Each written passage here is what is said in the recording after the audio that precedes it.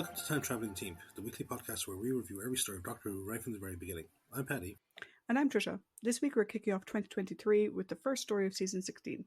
We join the Doctor and K9 as they meet new companion Romana in the Ribos Operation. As usual, we'll be discussing the Doctor, companions and villains, and give your thoughts on the story as a whole.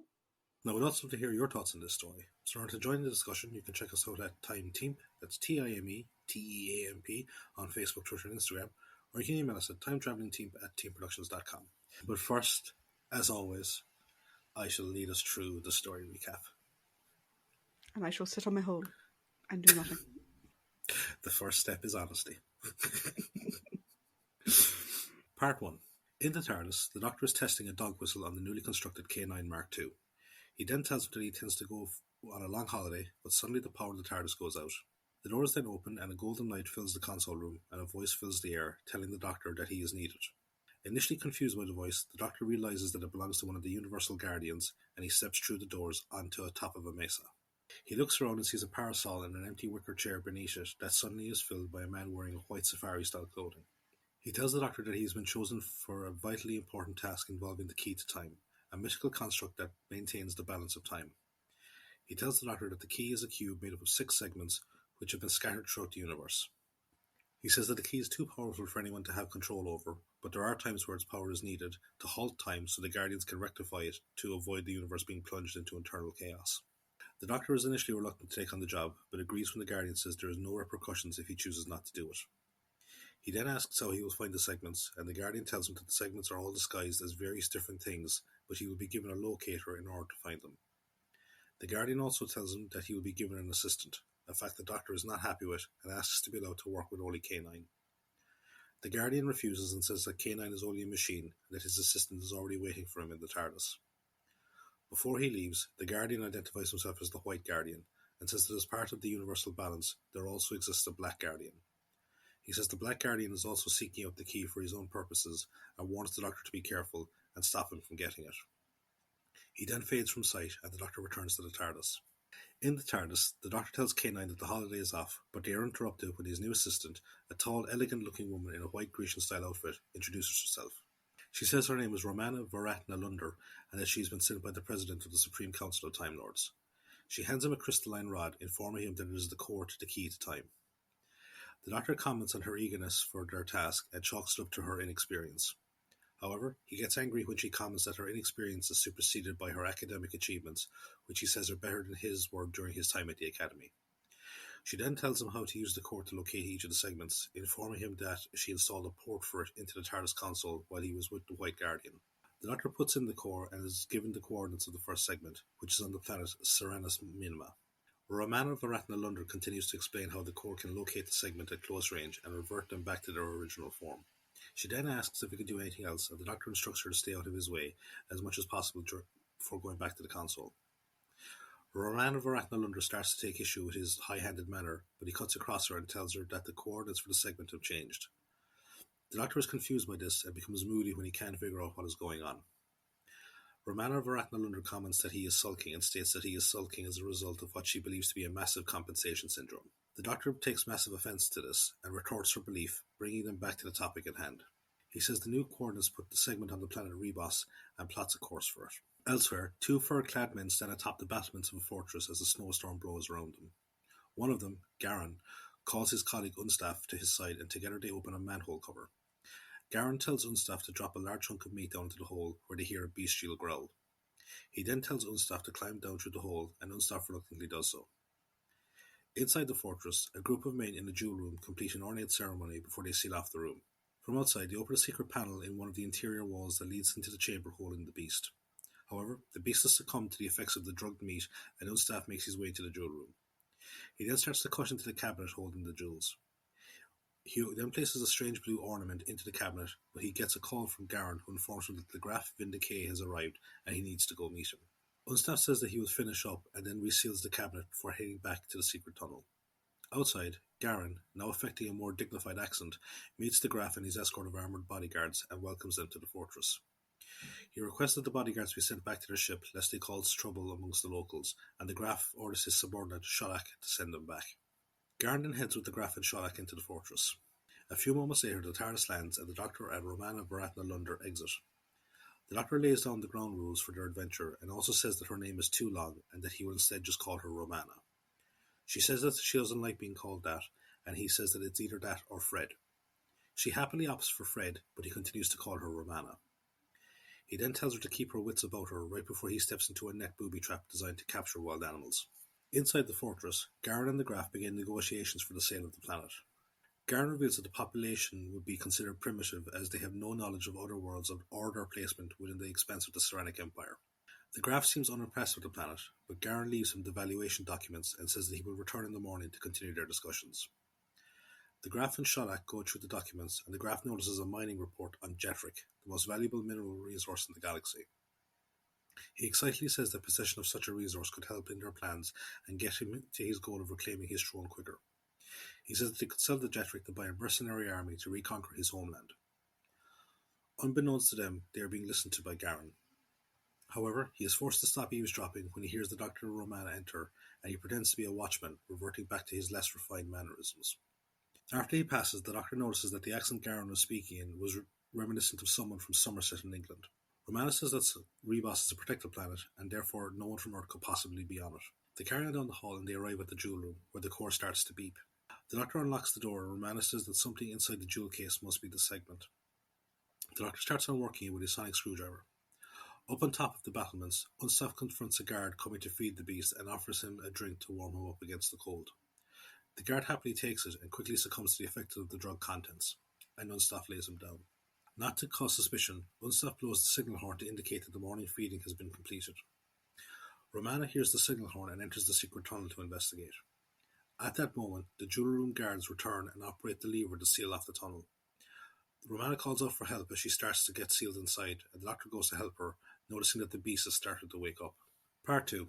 The guards inform their captain that something is obstructing the gate, and he orders them to take it back up, as he assumes that the beast is the one causing it. The Doctor uses this to help Romana get through, and the gate starts to close again.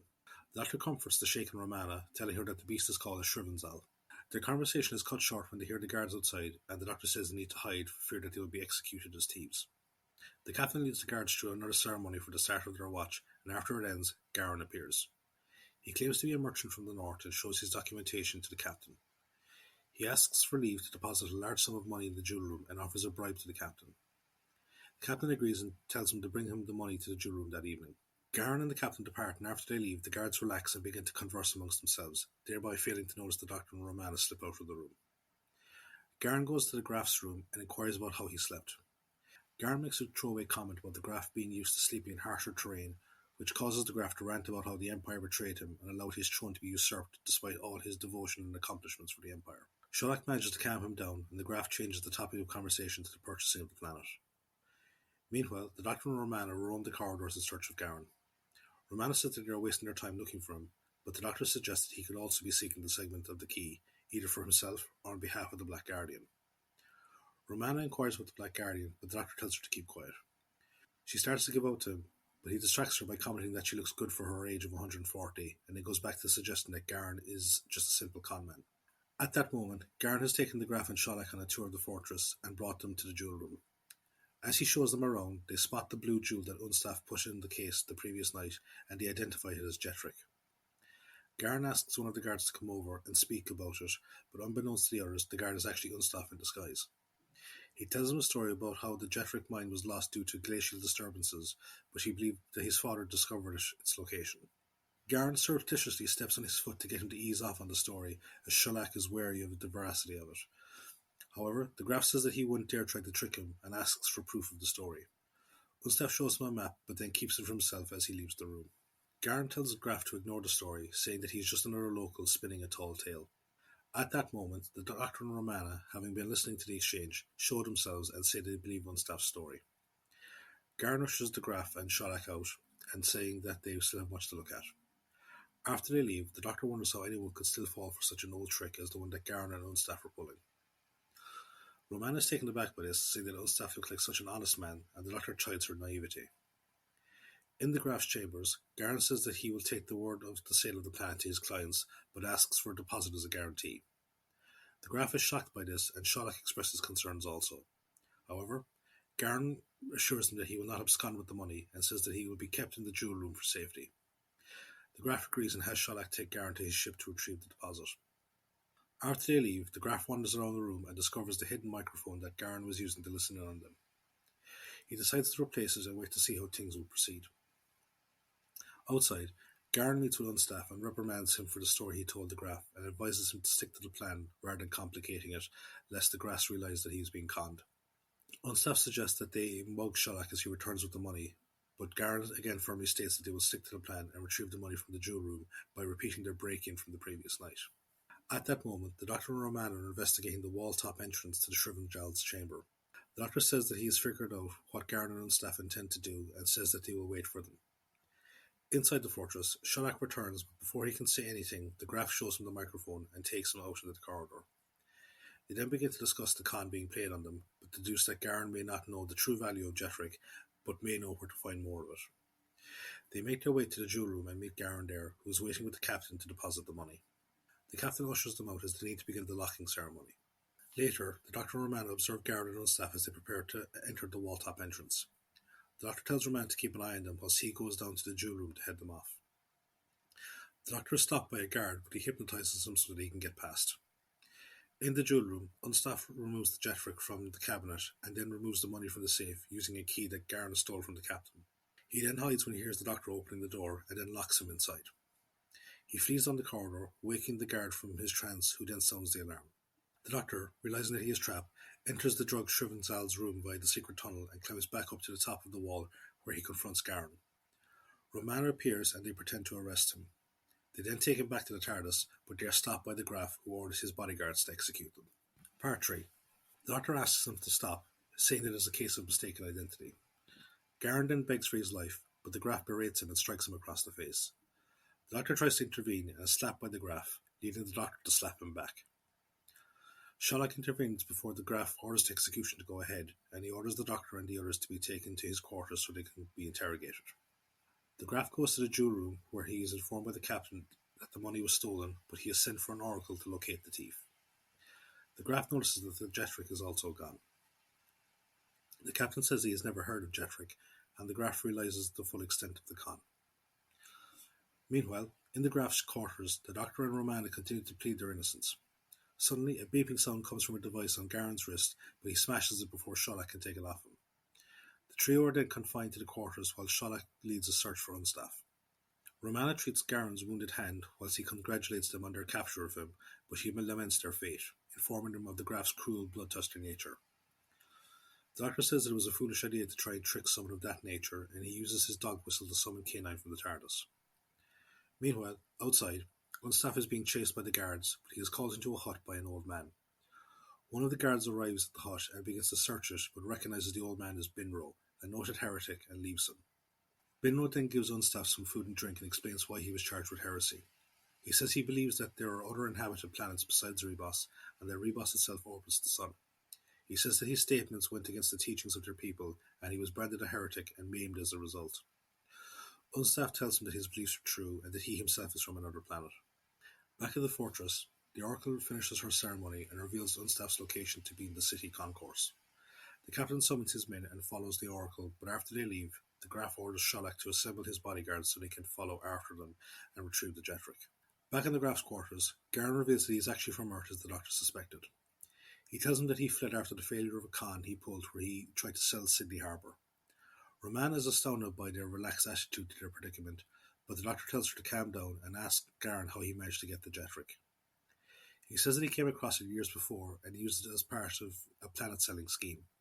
The Doctor asks why the Graf wanted to buy the planet if he didn't know about the Jetrick beforehand. Garen tells him that he is a tyrant and that he let his half-brother rule in his stead whilst he went off to war. He says the people begged the half-brother to keep the throne as they did not want the Graf to return to power. As a result, the Graf is looking for a new world so he can build an army to reclaim his throne. The Doctor tells them all to be quiet when he hears Sherlock outside addressing his men, telling them that they will follow the captain and his guards to the area where Unstaff is. Once there, he tells them that they will kill everyone and take the Jetrick and the money back. He leaves one man to stay on guard outside the room and then leads the others away. The Doctor says they need to do something, and Garen regrets having destroyed his wrist communicator as they can't warn Unstaff. He suddenly remembers the hidden microphone and gives it to the Doctor, who takes the damaged communicator and attempts to do an ad hoc repair on it. Outside, K9 arrives and stuns the guard before entering the door. The Doctor manages to fix the communicator enough for Garrett to send a message to Unstaff. He warns him that the guards are coming to look for him, and Binro tells him that he will be safe in the catacombs beneath the city. However, he warns him that the catacombs are also inhabited by Shrivenzells that are even bigger than the one in the jewel room. Once Garrett finishes leaving his warning, the Doctor leads him and the others to the concourse. He scouts around a bit but says that the way forward is blocked. Garrett says that he will try and find a way around the guards, and after he leaves, Romana says that they should go back to the jewel room to retrieve the cube segment, but the Doctor reveals that the segment is actually the Jetric. He points out that only the Jetric could have been the object that was moved locations, as the jewels have remained stationary. Garen returns and says that he's found a way around the guards, and the Doctor says that he will be able to find Unstaff using the locator.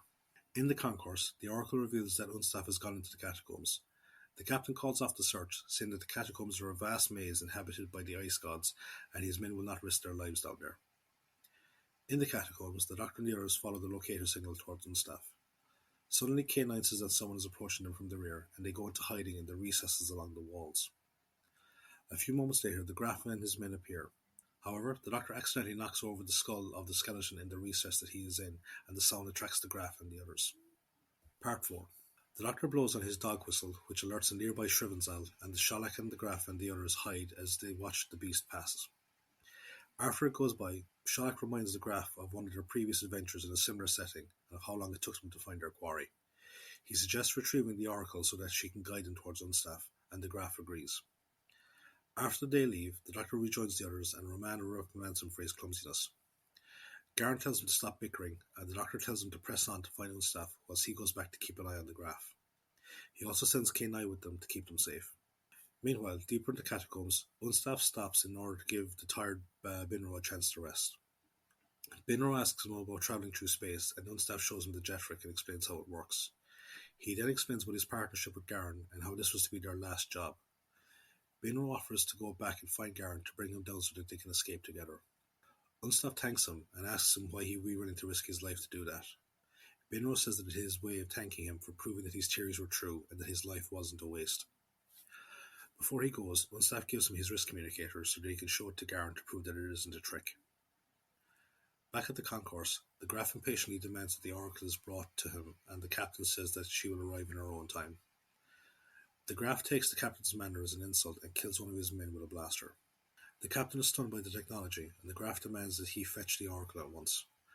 The Doctor observes this from behind a pillar and then quickly makes his way back to the fortress. In the catacombs, Romana notices that Garen is gone, and K9 says that he had to go see a man about a dog. Romana then notices that the locator has also been taken from her belt and expresses frustration with herself. K9 says her rhetorical conversation is not logical, but she tells him to keep quiet. Realizing that he is only trying to help, she apologizes and asks him what to do next. He then moves off, saying that he will seek out Garen. At that moment, Unstaff hears someone approaching and hides, but then comes out when Garen calls out to him. They exchange a warm greeting, and Garen says they need to go back to the city, but Unstaff says they can't leave in case Binro comes back. Garen says the Graf could find him first, but Unstaff says that it would take him ages due to the maze of tunnels in the catacombs. Garen then tells him that the Graf is using the Oracle to find him, and Unstaff asks if maybe the Doctor and Romana can help them, but Garen says that they are only working together out of convenience. Meanwhile, the Graf and his men have returned back into the catacombs, but the Oracle warns them that only death awaits for all of them but one. Under pressure from the Graf, she leads them down the tunnels, and after a while they encounter Binro. Sholak searches him and finds Unstaff's communicator, but he says he found it in the tunnels whilst relic hunting. He demands to know where he got it, but the Graf instead orders for them to continue forward, following the Oracle. As they move on, all of them fail to notice the Doctor's scarf trailing underneath one of the bodyguard's cloaks. Back at the entrance, the captain oversees his men as they roll a rudimentary cannon towards the tunnel entrance, and then orders them to load it so they can kill any survivors that come back. Down in the tunnels, the Oracle leads the Graf and the others to Unstaff and Garen. Binro rushes forward to try and intervene, but he is killed by one of the bodyguards. Unstaff rushes forward in anger, but gets shot in the shoulder. The Graf then demands that he be given the Jetric, and Unstaff throws it towards him along with the money. Suddenly a section of the roof collapses, and Unstaff says that Binro had warned him about the unstable nature of the catacombs. The Graf demands to know where the Doctor and Romana are, but Garen says that they are actually security agents from the Empire who were there to arrest them for breaching the cordon around the Ribos.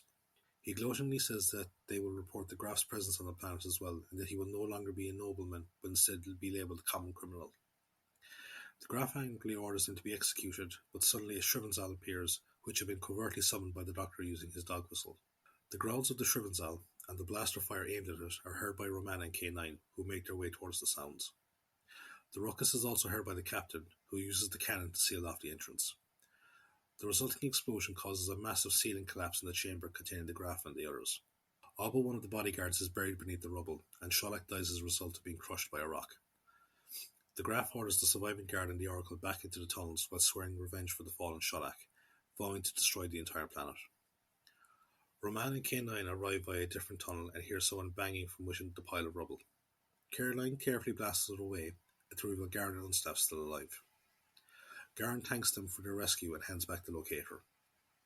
In the other tunnel, the Graf kills the Oracle and turns to the remaining bodyguard, who unbeknownst to him is actually the Doctor. The Graf, now insane and believing that he is reliving many of his battles, hands the Doctor a bomb and orders him to sacrifice himself in order to seal off the tunnels and bring truth to the Oracle's prophecy that only one of them would survive. The Graf embraces him and then charges off down the tunnels, calling out orders for Sholak. A few moments later, the bomb, which the Doctor had swapped with the Jetric during their embrace, goes off, killing him. Outside the fortress, the Doctor and Romana bid goodbye to Garen and Unstaff. Before they go, Garen asks to hold the Jetric one last time, and whilst giving an elaborate speech, swaps it with a piece of ordinary stone.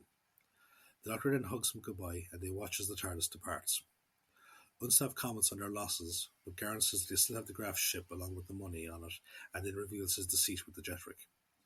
However, he discovers that the Doctor had switched it back again during their hug, and he gives out about the lack of trust in anyone in the universe. In the TARDIS, the Doctor uses the locator to revert the Jetric to its original form as a segment of the cube. Together with Romana, they examine it, and the Doctor says that they have 5 more pieces to go. End of the story. Very good, very good. Thank you very much. That felt good. Good to get back in the swing of things. I will give you full credit for using Romana's full name until it's actually agreed in the story that she's using an abbreviation. I thank you very much. Thank you very much. I said if it was good enough for Harry to call him Dr. Sullivan up until such time as someone addressed him as Harry, it was good enough for her to be called Romana Varatnalunder until addressed as Romana or Fred. Yeah. I will not be calling her by her full name because I will butcher it. And also I didn't write it in my notes, so I don't have it in front of me. So okay, no worries.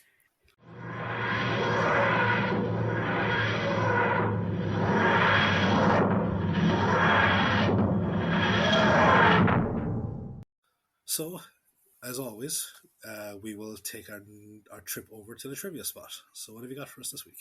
Cool. So the Ribos Operation, this first story of season 16, aired from the 2nd to the 23rd of September 1978. In the writing chair this week, we have Robert Holmes. This is story number 13 of 18 for Bob. Previous stories were The Crotons, The Space Pirates, Spearhead from Space, Tower of the Autons, Carnival of Monsters, The Time Warrior, keep going. The Time Warrior, The Ark in Space, Pyramids of Mars, The Brain of Morbius, The Deadly Assassin, The Talons of Wen-Chan, and The Sunmakers. His remaining stories are The Power of Krull, The Caves of Androsny, The Two Doctors, The Mysterious Planet, and The Ultimate Foe, which is the first episode, The Trial of a Time Lord. The director for the story is George Spenton Foster. This is the second and final directing credit for George. We previously saw his work in Image of the Fendal. So, as we've probably gathered from Paddy's summary, the Ribos Operation is the first story in what is going to be a season-long quest to find the legendary key to time. This is the first time we've had a story arc encompass the entire season. Some people sort of argue that, like, technically in season 8 we had the Master, but those are all separate stories that just happened to have the Master in them. There was no end goal with the Master. There was nothing that characters were working towards, and those stories weren't really connected to each other. So this is the first fully connected mission story, or mission season arc as such. All 4 parts of the Ribos Operation actually ran over their allocated time, so a lot of material was actually cut out for the broadcast version, but if you read the novelization, you'll see a lot of that stuff being put back in. Working titles for the story include Operation, random, The Galactic Con Man was a bit too on the nose, I think, and The Ribos File. I think Ribos Operation is the best option now. So when you're watching this, you may see that Tom Baker in the majority of the story has a weird, it looks like a scab or something on his lip. So what actually happened was he was bitten by a dog. So I think it was, if I remember correctly, the gentleman who played the Graf. He had a dog that would, if you had like, or if he had like food in his mouth, like say you had like a piece of ham or something that's dangling in your mouth, the dog would jump up and grab it out of your mouth. It's kind of like their party piece. And Tom decided he was going to try it, and next thing you know, they turn around and the dog is after biting Tom's lip. And so basically for the rest of the story, for the publicity stills, and for a lot of the subsequent stories, that Tom has this weird scar or scab where the dog bit him. They did try to work around it, so there are some scenes where you notice they try and keep the left side of Tom's face out of shot. But there's some scenes, like the initial scene with the White Guardian, it's very obvious. Yeah. But there's also other scenes where it's not there at all because obviously, time, whatever. Garen, you may have gathered based off his comments, was originally meant to be Australian. Hence why he's saying, like, when he's talking about the Sydney Opera House, he's like, oh, I sold, like, was it like Sydney Harbour? They also wanted to throw in the Opera House. And he was saying that, like, basically he was saying that, like, it would be a betrayal to his country to sell the Opera House. Which, when they're later saying that he's from the UK, kind of doesn't really match up. Yeah, but no, it was a bit of a strange one. Yeah, he's originally from Sydney, or he was originally meant to be Australian. The sets, interestingly enough, I didn't really think about this much when I was watching it, what the sets of this story were. But the sets were left over from the BBC's adaptation of Anna Karenina. Yeah, it's very Russian-esque. Yeah. Originally, the script called for the Doctor to be in awe of the Guardian, the White Guardian. However, Tom insisted that he kind of play it mockingly while trying not to laugh at how serious it all was. Do you know? So if you notice, there is a little bit of reverence there, but there's also like this underlying schoolboy, you know, whatever, acting up. Which I'm sure we'll talk about that more when we get to our character discussion. Initially, the Jethric was going to be important because it was a source of energy that could power a fleet of spaceships, as opposed to being like this like super valuable thing in money and energy and whatever. So like the purpose of it kind of changes a little bit as they describe it in the story. Like what's his face? Fucking Unstaff goes on about how it could power a fleet of ships. Whereas then later on they're talking about how, you know, it could do so much more than that. It could power them for forever and whatever. So the purpose of it was kind of a bit floaty. Ribos itself is patterned after medieval Russia. Its name being an anagram of the common Russian name Boris. The currency, which is the OPEC, was a reference to both the Russian kopek, which is 1/100th of a ruble, and the Organization of Petroleum Exporting Countries, better known as OPEC. The scene with the White Guardian was The scene with the White Guardian was actually written by Anthony Reid and Graham Williams, so our producer and story editor. It was Anthony Reid's idea for the Jethric to be the first segment of the key to time, so that was his contribution. A couple of things during production. George Spenton Foster, our director, had to contend with a demarcation dispute amongst the crew. Basically, there was disagreement over who was responsible for lighting the torches which decorated the sets. So clearly you've got one group saying it's your job, you've got another group saying it's your job. I'm guessing it's props versus set design, maybe. Having a bit of a to and fro. George actually originally planned to erect large coloured screens so that the chroma key could be used to enlarge the scale of the sets, such as like the White Guardian's limbo, and to make it the size of the Shrubbensaal in the catacombs bigger. But the floor technicians couldn't agree on who would operate the screens, and so the effect had to be abandoned. Oh, Originally, the Graf didn't murder the Seeker himself, but sent her back to the catacombs where his explosion would have killed her. Believing himself to be the prophesied survivor, the Graf took on the ammunition pouch from a supposed dead guard, and then the Doctor would reveal himself at this stage while the explosion detonated. So slightly different from what we got. Mm-hmm. Here you have Graf making sure he's the last one standing, as opposed to just believing that he's prophesied to be the last one standing.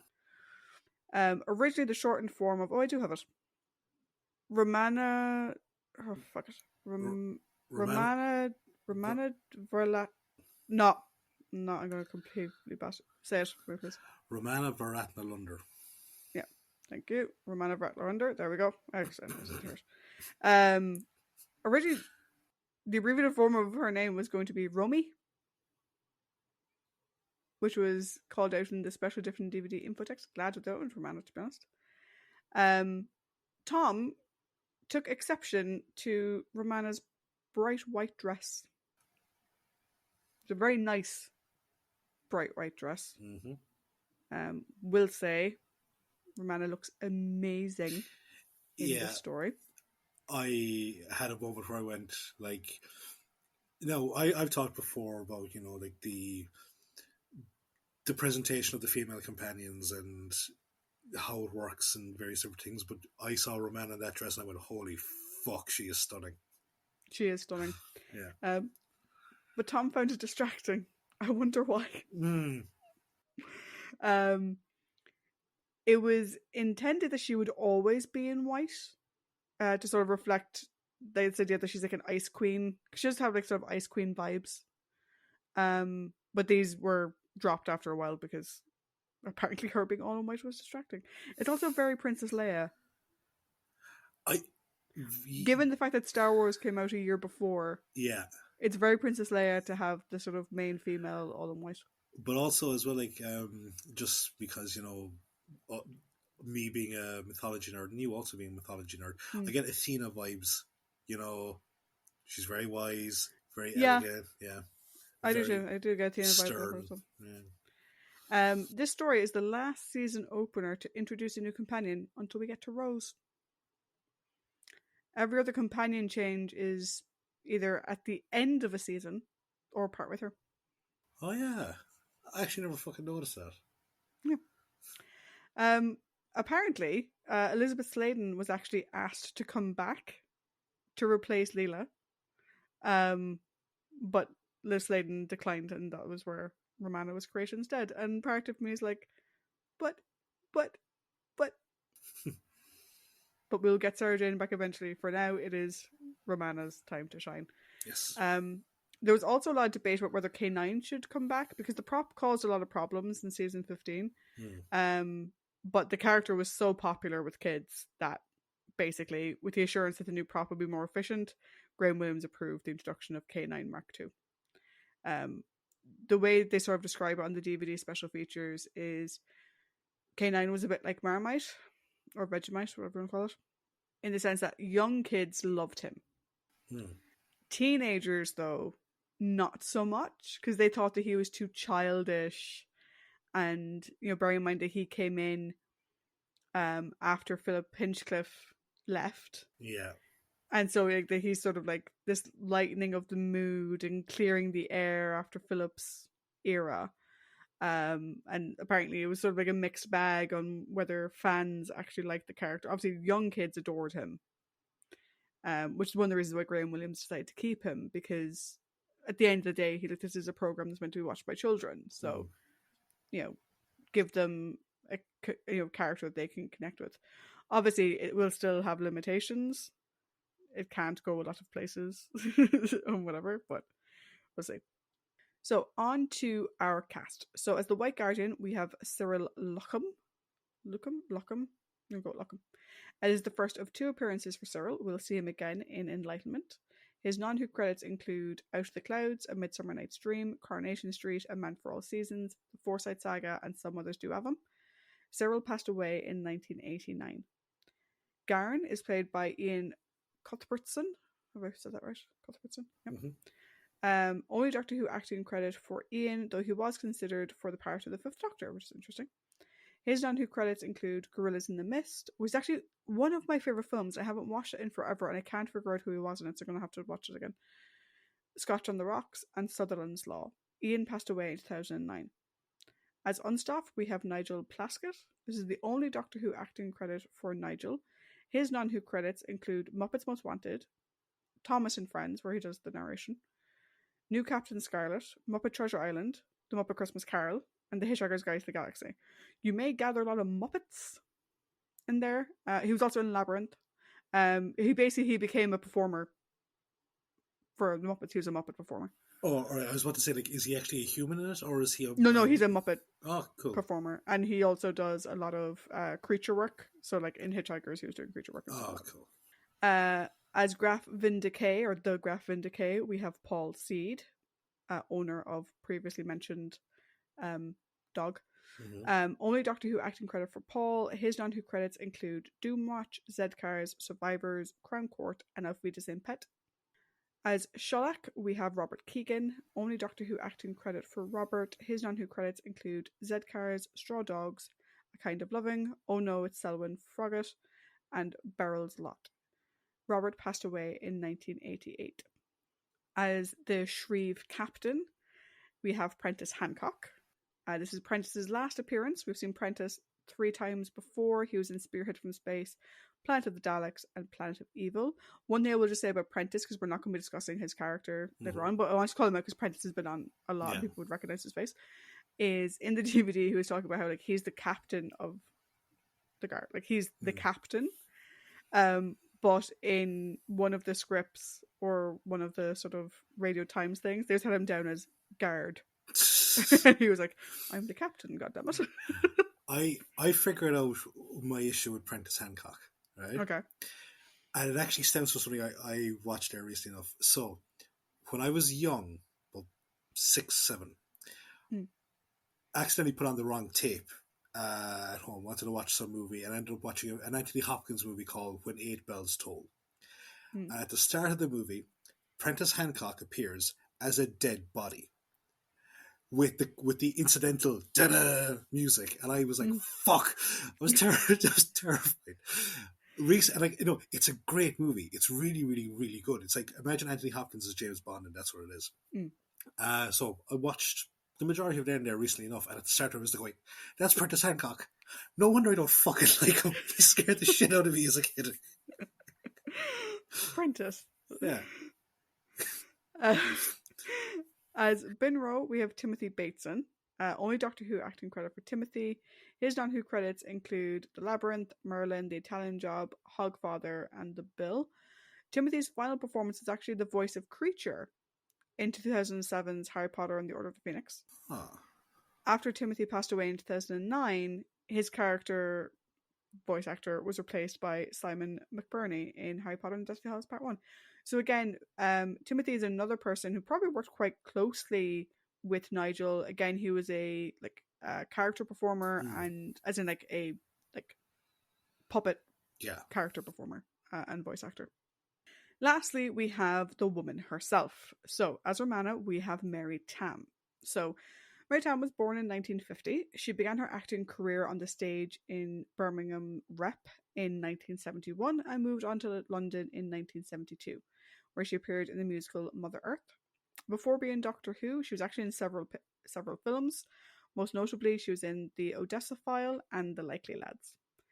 She was not initially interested in playing a companion to the Doctor. She kind of believed that the role was kind of the damsel in distress, or the sort of like popular misconception about the companion. But she changed her mind when she was assured by the producers and her agent that Romana would be different.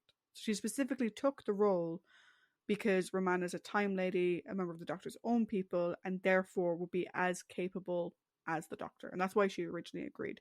She also acknowledged, and she says it on the DVD, that like it's a big step to step in as the companion. It's a big honor to be asked.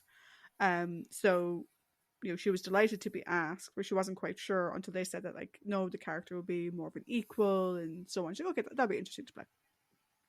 She would go on to appear in Doctor Who for 1 season, so we have her for season 16.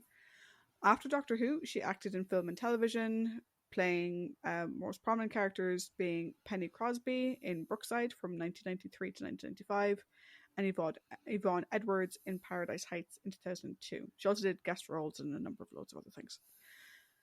While she never returned to Doctor Who on screen after season 16, she did do a number of Big Finish stories reprising her role as Romana.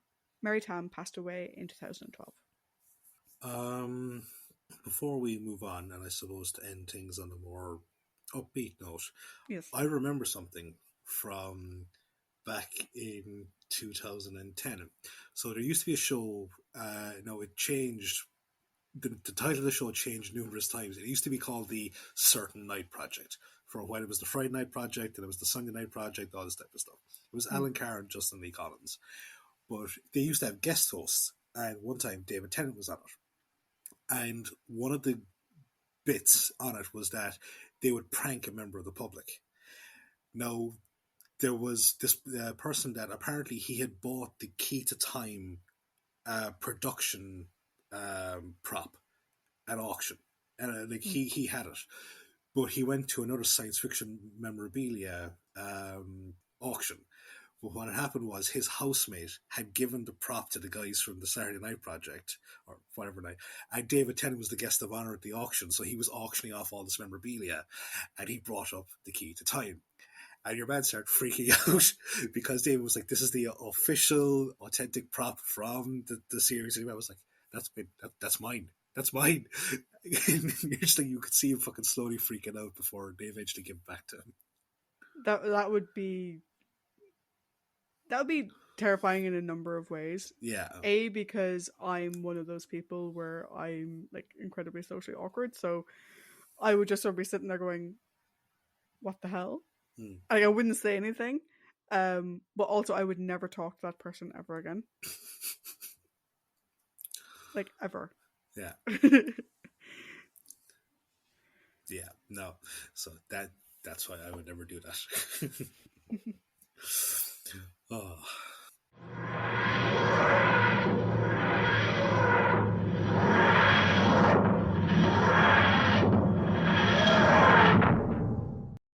Cool. Shall we move on to our character discussion for today, so Paddington? I believe we should. So, this week we have the Doctor, we have the Companions of Romana. K9 doesn't do a whole lot in this, so I'm safe to assume that he is best boy as always. Yeah, best boy. Good dog doing good dog stuff. Mm-hmm. We have the prominent characters of Garen, Unstoff, and Binro. Mm-hmm. And then the villains of the Graf, in Decay, and Shellac. Indeed. So, I did the socials, so I shall start us off this week. Cool. And we kind of started off where we finished last season. The Doctor being egotistical, sulking, but whereas last time we had someone that would kind of call him out in his pomposity at times, now we have someone that can actually call him out in his intellectual bullshit. Because Romana is, and this is the thing, Romana is actually smarter than the Doctor. Yes. Yeah. Well, in certain ways. Academically, she is smarter than the Doctor. Yes. Academically, she is smarter than the Doctor. But I like the vibe that they have. And again, this, I think, speaks to Tom's ability as an actor, where he has made it abundantly clear he does not want a co-star. He does not want the partnership. Yet, he seems awfully good at actually building the good character relationship between his co-star. Like, we saw it last year or last season with Louise Jameson. They had a really good rapport when Leela was written well, but they had a really good thing going. And here, I think we're seeing the seeds of that as well, a small bit. And but other than that, and it's the Doctor being a hero, the Doctor saving the day. There's one huge major red flag on this story. Is it the end of it? It is, because this is a thing that it's recently kind of stuck in my craw a bit. And no, Doctor Who is one of my favourite shows. It really is. Hence these weekly Yeah. conversations. And I love the Doctor as a character. I do. But I am fully aware of the fact that he is a very flawed character. But lately I've been seeing this thing, and it's again because speech that Stephen Moffat gave. It was the whole, when they created this hero side of things, they didn't give him an X-Wing, they didn't give him a blaster, they didn't give him all this kind of stuff. Now, that to me is kind of subtle shade at those other heroes. Mm. And this just adds kind of fuel to my belief that it is shade, because this whole, this hero doesn't do this, completely undershot by the fact that he puts the grenade down a guy's pants and lets him wander off to his death. Yeah, I've thoughts on that as well. That we'll get to when I'm going through. This is as deliberate as the Sea Devil base explosion. Yes. It's like there is an opportunity here for the Doctor to do what the Doctor has done countless other times: talk the Psycho down from the ledge. Mm. He doesn't do it. Instead, he just straight up murders a guy. Yeah. No, I'm not saying that the Graph is an angel. Absolutely not. But the whole keeping it with the aesthetic of this particular hero doesn't do this, it's completely fucking shot away by this. And I think for everything else that the Doctor does that's positive in this, which there's nothing really new here, I think this really does kind of fucking just throw all that out the window a bit, Yeah. Your thoughts? I'll get to it in a second when I'm going through my part, but yeah. Yeah.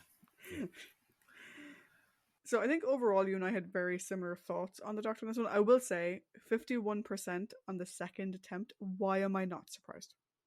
Yes, this is in reference to the fact that the Doctor only got a 51% passing mark on his second attempt at the Time Lord Academy exams. Yeah. Why am I not surprised? This is the same guy who didn't realize that he had a fast fucking return switch that was just pressed down the whole time and that nearly brought them back to the beginning of time or whatever. Yep. It also sort of ties into some later stuff, even some modern stuff, in Moffat's era. We have the Doctor not being able to fly the TARDIS properly and whatever. I think it's a funny joke, and it works well. For me, this story as a whole is quite interesting for the Doctor because he's forced on a mission by someone he at least acknowledges as a superior, even if he doesn't fully respect them. Mm. Do you know?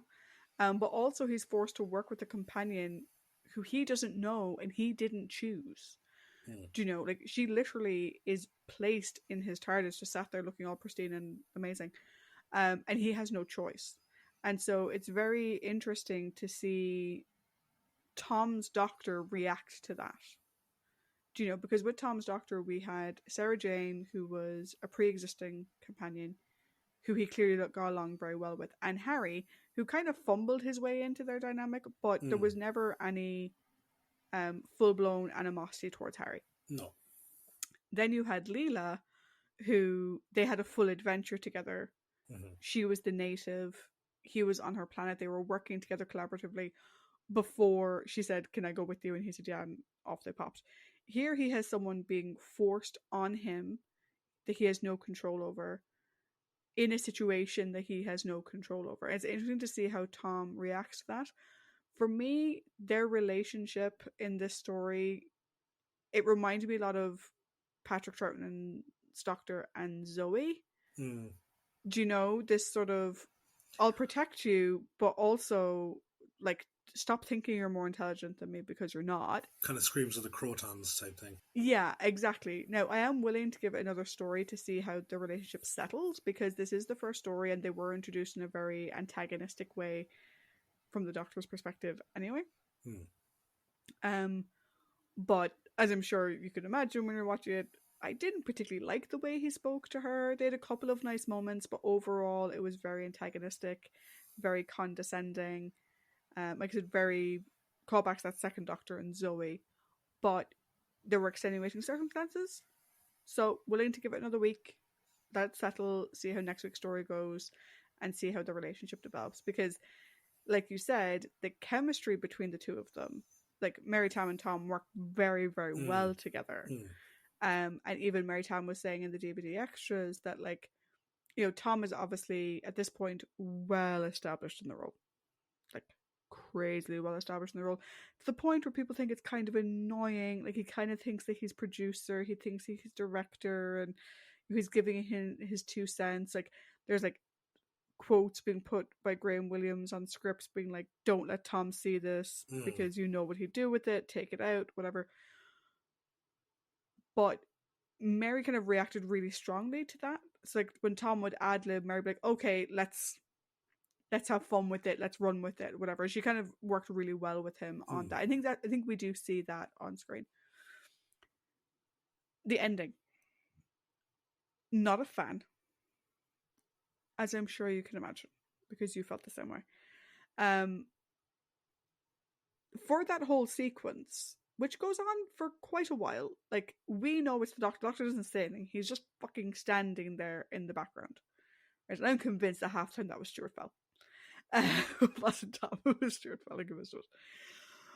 But to deliberately... Okay, first of all, the Graf did put the bomb on him.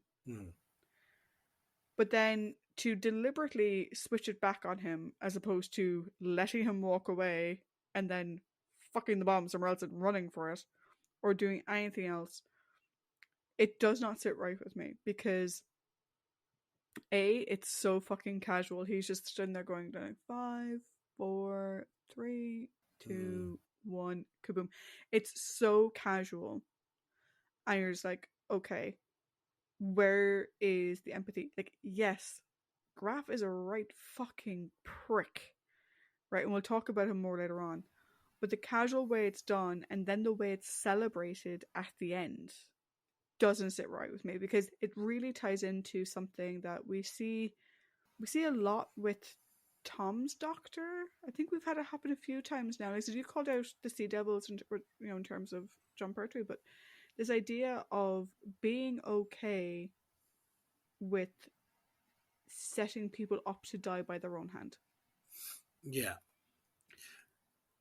Like, which I don't particularly like. Now, if that's what makes Tom's doctor, that's fine. Each doctor is their own character, each doctor has their own thing, whatever. But that would be one component of Tom's doctor that I'm not a fan of. But I don't even think it's that. It's just that, like, there is this weird, like, we're 98 stories in now.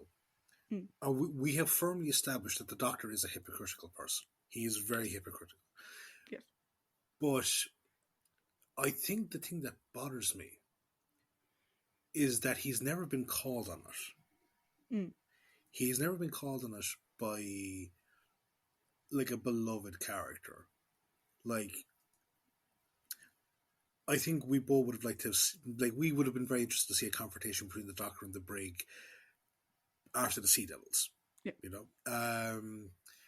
And, or even, like, the Doctor and Leela, you know, the whole thing of her using Janus Thorns versus his, like, passive, whatever.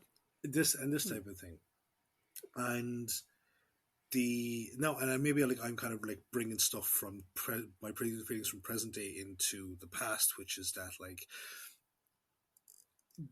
I think some people miss the point that the Doctor is an incredibly flawed person, and absolutely love flawed characters, love them, but don't venerate them for what they're not. Yeah, I think, like, I mean, looking back on the companions that we've had up until now, there's only 2 experiences of someone really taking the Doctor to task I can think of. One is Jamie, when he basically, like, stop fucking playing me around, like, I mean, he gets really angry with him. And 2 was our queen, Barbara. Yes. In the 3rd fucking story. Do you know? But since Barbara basically laid him out in that one, you should be down on your knees thanking us, all this kind of stuff. We haven't really had someone really take him to task on his bullshit. Even the Jamie thing, it wasn't even the Doctor being that way in general. It was like, stop playing me specifically. Yeah. And I think, it'll be interesting to see. Again, I'm kind of taking this story as an introductory one with Romana. I'm not really, we'll get to her in a second, I'm not really judging her too much based off of this one, just because the way the character was introduced was in a sort of pseudo-antagonistic style anyway. But I will be interested to see if we have this type of thing happen again. Will Romana take him to task on it? And it's interesting because, sorry, one of the things that, just going back to your point, like, it's very important that the Doctor has flaws. It's very important the Doctor has flaws. It's what makes the Doctor a relatable character. But if the flaws aren't acknowledged in the show, then are they even canonically flaws? Yeah. Or do you just chalk, that was just bad writing, the Doctor isn't really like that. Yeah. But no, he was called on it, so he is. Do you know? Because, like, you mentioned Barbara taking the task. That was part of a character arc. That was part of a character progression. So, like, that's acknowledged, and that's, for the rest of the run, we see the impact of that confrontation. Jamie blowing up at the Doctor, it's really confined to that. It's confined to the evil of the Daleks because it, like, my fucking, the one, my hill that I fucking always die on is Web of Fear. And it's like, I really wish Jamie had just bollocked him out of it for bollocking Jamie out of it when he was in the wrong. But yeah, so I think this is this story rattles around in my head every time I see, and I think that's like maybe like a big change in the way that Modern Who was done, because Modern Who was like essentially like it's like from Eccleston onwards, it is essentially one long continuous progression for the Doctor. It's not just like a different incarnation, different era, all this type of stuff. It's one big long progression. So I think it's easier to kind of put the statements about like, oh, he's a hero, he's like walking the path, all this type of stuff. But then like, you really do have to acknowledge all the fucking bad shit that he has done. Yeah. I find it interesting as well, like you mentioned earlier, Moffat's comment around like, you have this hero, they didn't give him an X-Wing, they didn't give him a gun, they gave him a screwdriver. No, they fucking didn't. They gave him a cane, a pipe, and a notebook. Yep. Yeah. But and the ability to fight hand to hand when he had to. Yes, but we'll address it when we get to the time. But given his less than complimentary comments about that particular era, I don't think he likes to focus on that era when it comes to his vision of the show. That's true. But anyway, no, we said like no, like that's a conversation for the day. Yeah, that's a conversation for a different day. How about instead we move on to the new addition to the show? Yes, Romana. What were your thoughts? Other than she looks very nice in her. Yeah, as I said, like that was my whole thing. Okay, I'm going to get this way out of the way at the start. Holy fuck, she is stunning. Like she is just amazing to look at. And but there's a sense of regality to her. Yes, and it like it's not even like, and that's why I think it was like that adds to the thing. It's like that Mary Tam is a very regal looking person. She also like Mary herself carried herself that way. Yeah, you can see like in interviews and stuff. She carries herself very well. Yeah, she did. And I liked Romana throughout this because I think this was definitely more a point that I wanted to bring up for her than I did with the Doctor. This is very much like those cop movies where the rookie fresh out of the academy is paired up with the veteran hand. Yeah. You know, and you see the clash of styles because like you have the by the book approach to how to do things versus someone that's lived the life. And it actually kind of reminds me of, I'm trying to remember which one it is. I think it's The Enforcer. It's one of the Dirty Harry movies. And he gets paired up with a female detective, Tyne Daly, I think is the one that plays her. But he does it's very reminiscent of this because the scenario is that there's meant to be more female detectives on the force as part of like the mayor's initiative for the city. And Dirty Harry, who is Dirty Harry, like he's very fucking like kind of chauvinistic. He doesn't believe that women belong as detectives in the field, that type of stuff. He's forced to sit on the panel.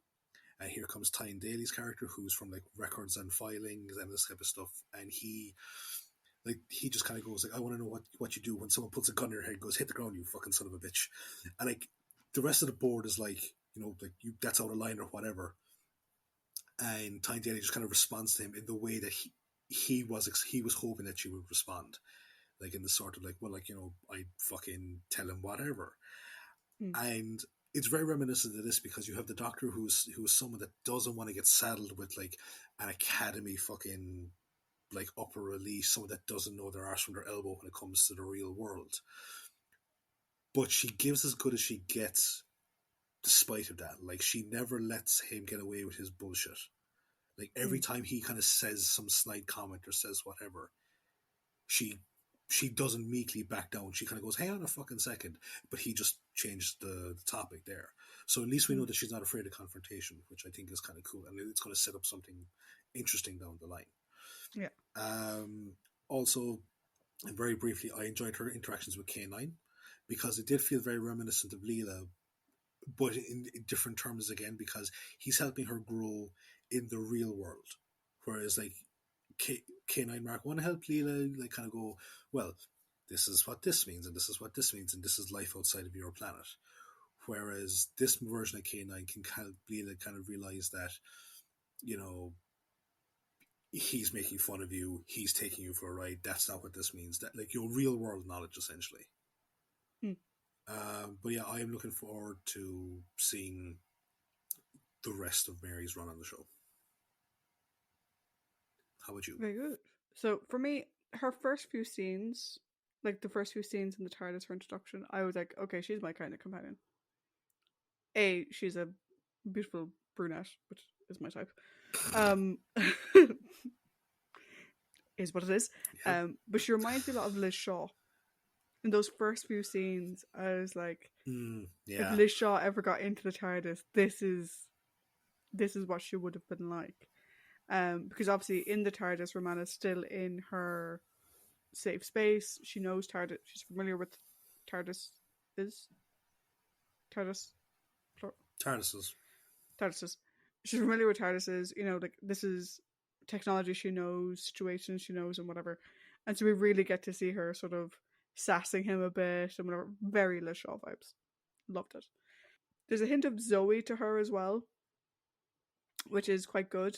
I think it comes across better the way Mary does it. I don't know why. I think it's just the way she does the Ice Queen stuff kind of matches up a bit better than Zoe, who is kind of the teenager trying to prove herself. And there's a bit of a difference there in terms of the age and stuff. Zoe comes across as at times slightly bratty, smart teenager. Yeah. Yeah, whereas Romana comes across as confident, self-assured woman. Yeah. After those first few scenes, though, so once they actually get onto Ribos, I was kind of disappointed that Romana didn't really have a lot to do. She was just kind of there. And I don't know if that was intentional, because it showed that the Doctor wasn't letting her do anything. Even like the one bit that you thought that, that would be Romana would step up in this part would have been, fixing Garen's communication device. Yes. And then the Doctor hodgepodges the two-way radio. I was kind of hoping for him to fail. And for Romana to jump in and do it. Because really, other than her making comments about the TARDIS, but not being allowed to fly it, and her holding the little stick thing, she doesn't really do a whole lot. Which is disappointing, since she's meant to be his equal. But again, I'm giving Romana quite a long runway to get herself going here, because of the way the character was introduced. Yeah. She's introduced in a way that would obviously make the Doctor be a little bit wary of her, a little bit like, oh, don't know, don't like you, whatever. Do you know what I mean? So I'm giving her a long runway. But my initial impression of her was I liked her. Like I said, she gave me Liz Shaw vibes. She looks amazing. She carries off the Ice Queen thing very well. And I kind of like the idea of them being able to work together. Mm-hmm. Do you know that, like, he can teach her about the real world, and she can sort of not teach him things he should have known before, but sort of be the Liz Shaw, like be someone that he can bounce ideas off of. It can be a collaborative experience. Yeah. The one area I disagree with you is the K9 dynamic. Right. I didn't like the way K9 and her interacted, and I'm hesitant to blame K9 because K9 is the best boy ever. Mm-hmm. But you could tell K9 picked up on the way the Doctor was treating her. Mm-hmm. He wasn't like granted this is K9 Mark II. Mm-hmm. Leela's K9 is off with Leela. Yeah. Do you know? And they had a very special relationship, which I loved to my core. Mm-hmm. But here, like, this K9 is the Doctor's dog. Mm-hmm. And like when they're going through the tunnels and Leela realizes that your man has stolen the little rod thing or whatever, K9 is sort of very abrupt with her. And I don't know, he just doesn't seem as welcoming as K9 Mark 1 would have been. Mm. But is that because the Doctor was sort of like, you could tell when she first appeared, it was like the Doctor was arm around him, kind of being like, we don't like her, like, come on, like, do you know what I mean?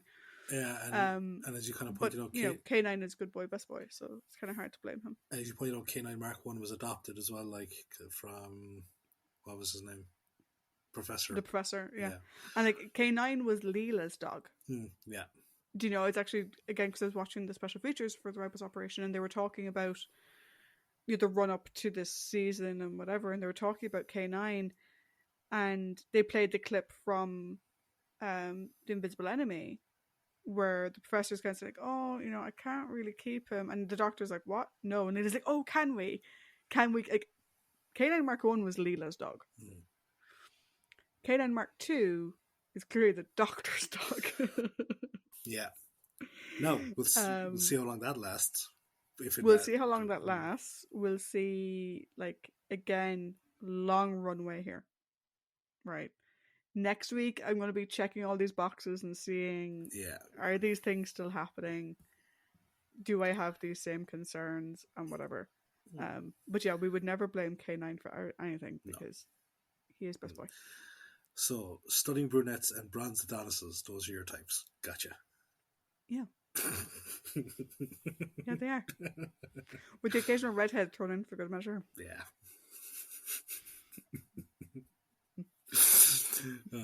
Our friend Vicky did joke. I can't remember what she was referring to, but they were watching something, and they were watching The Good Witch, which is Catherine Bell. Catherine Bell was in Jag. She played Mac in Jag. Mm-hmm. So Vicky and Chris are watching The Good Witch, and Vicky turns to Chris apparently and says, this character, I've forgotten the character's name, but Catherine Bell, is giving me massive Elizabeth Weir vibes. Trish would love her. And I was like, yes. Yeah. Yes, I did. When she was in Jag. And Vicky's like, you have such an obvious fucking tell. It's not even funny. I'm like, yeah.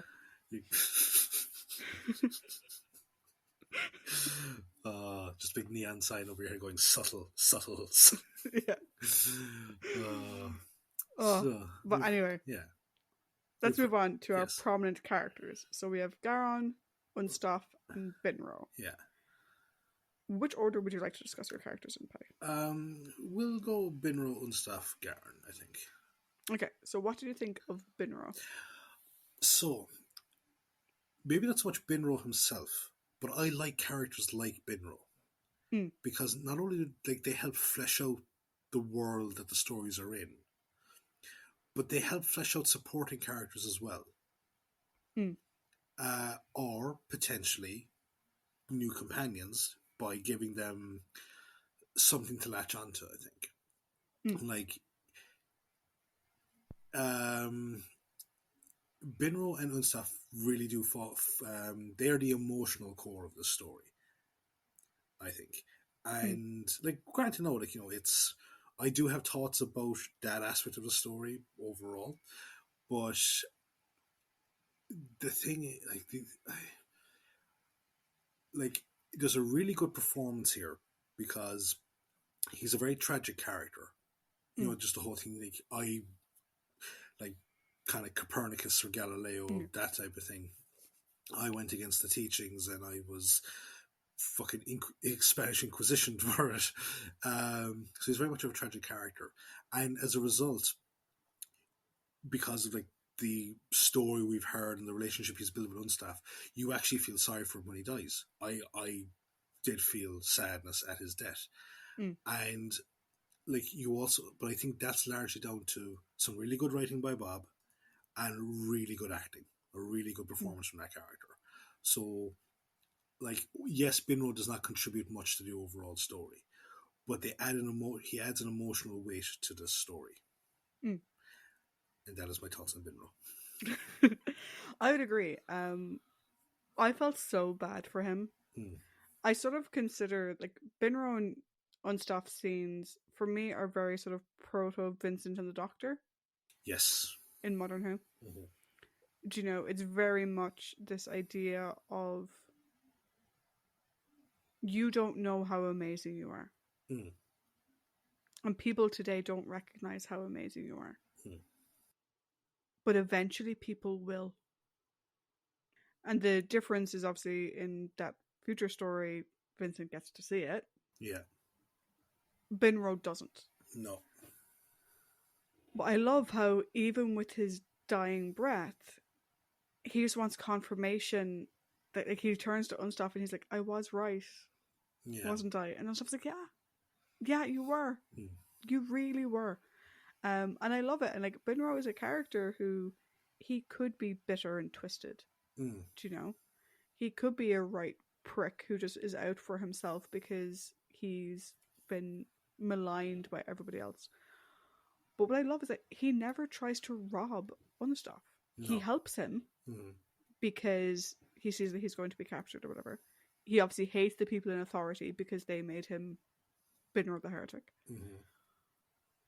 But like, Unstaff is going around with a million obex in his pocket or in the little pouch thing, and never once is it even hinted that Binro's trying to take advantage, that Binro's going to like take his money and run. Never. He wants to help him so much, even before he finds out that Unstaff is from a different planet. And when he finds out that Unstaff is from a different planet, he'll stop at nothing to help him. He's just such an inherently good character that, yes, I mean, I'll talk about my overall. His scenes could have been removed and it wouldn't have taken anything from the story, let's be honest, in terms of plot.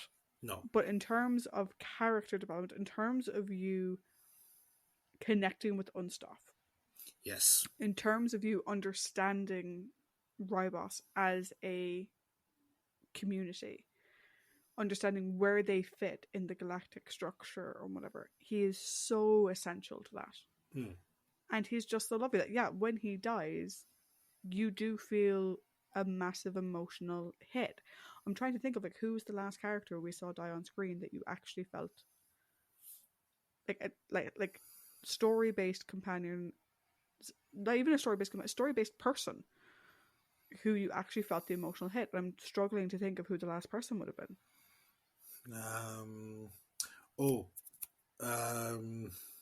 Maybe not to the same extent, but the bosun from Horror Fang Rock.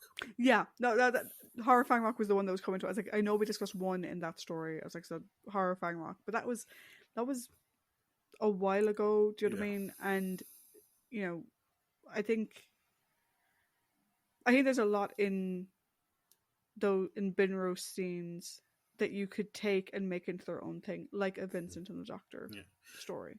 Because like much like the Horror of Fang Rock, that character's fate is adversely affected by higher ups or like an elite group that ends up putting him into like the fucking road to death, like essentially. So that when he does die, it's like that's just fucking tragic, you know? Yeah, like it's the guy who just is doing everything he can to help. Yeah. And gets shafted because of other people's decisions and stuff like that. But yeah, Binro, probably the standout character in this story. Yeah, like, and it's like, as you said, like, Does it add anything to the plot? Not a fucking jot. It helps you connect a bit more with Unstaff as an individual, absolutely. Mm. But like, like the actor that plays him, if he had read the whole script and it kind of like it kind of goes right, I don't really add much to this, but I'm going to act the fuck out of this part, and he really did. I love it when like we've said before, like that Bob is like when Bob is on, like he's fucking phenomenal, and I love it when like the supporting cast just gets his writing so right, like when he wrote for Leland. Like even just the majority of supporting characters of Wing Chiang, like like as up and down as that story is, the fucking performances by everyone is just so good. So next is his partner in crime. Well, not his partner in crime. His partner in philosophy is Unstaff. Yes. And I really liked Unstaff. He could have very easily just been a filler character. Yeah. Like the baldric of the fucking thing, if you will. But like again, his work alongside his moments alongside Binro are great. And again it shows like that Unstaff isn't inherently a bad person. No. And see that's the thing, like, you know, with when it comes to like, you know, con men or that type of thing, they can be portrayed as like, you know, the gentleman rogue, or they can be portrayed as like an absolute fucking thundering prick, and he's not that. Like he doesn't take advantage of anyone that won't suffer, you know, as a result of it. And he does kind of remind me of me a small bit in terms of like, you know, spinning the story, and like, you know, fucking Garen just standing on his foot going, would you just shut the fuck up and keep it simple? And I'm like, you know, like, there are times where I'm like, I ramble on, and like you have been testament to it, and we just kind of going, would you just shut up? In fairness, I think we all have those moments. Yeah. But like, and again, just I think that's one thing about this story.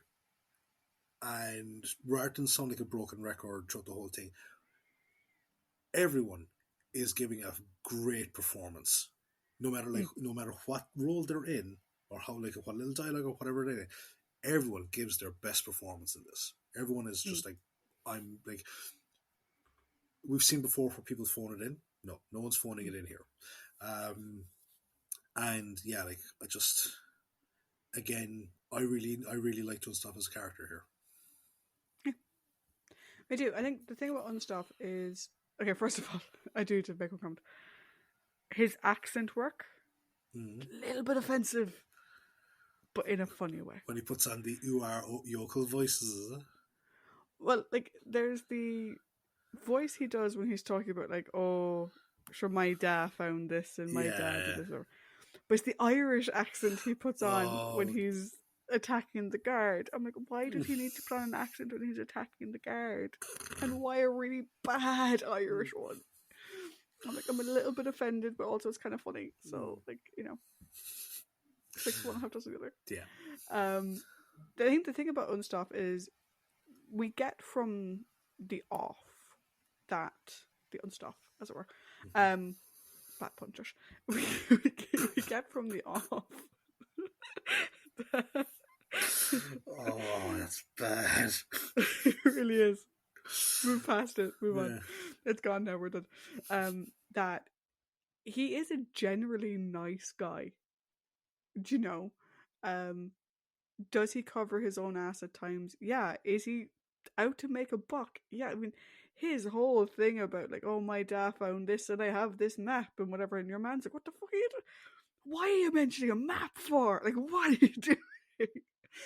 He's clearly out to, but he's also very considerate and very kind.